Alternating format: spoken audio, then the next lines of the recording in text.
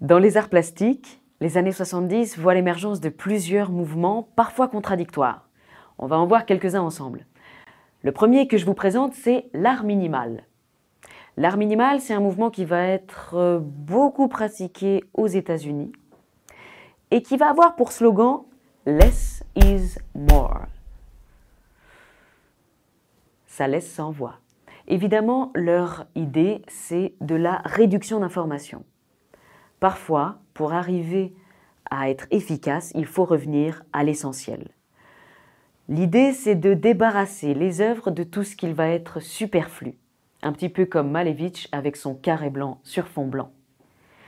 Là, quand on regarde une œuvre par exemple de Frank Stella ou de Carl André, on retrouve cette idée géométrique pure, presque spirituelle en fait.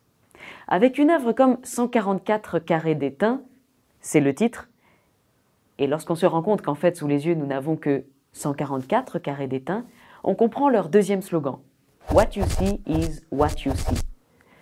Il n'y a rien de plus à expliquer. Laissez-vous prendre par la forme et par l'objet.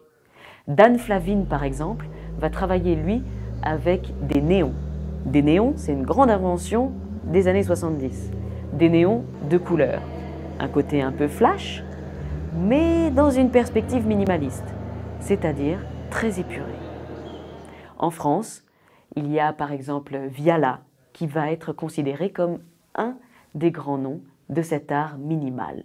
Le deuxième mouvement que je vois avec vous, c'est l'arte povera. Arte povera, c'est un mouvement italien qui signifie art pauvre.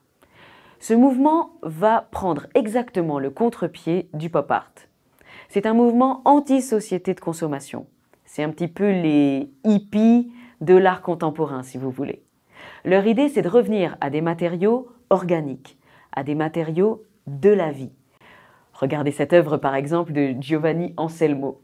La structure qui mange. Il combine un bloc de granit avec une laitue. Une salade, effectivement, qu'il faut changer régulièrement quand vous voulez l'exposer.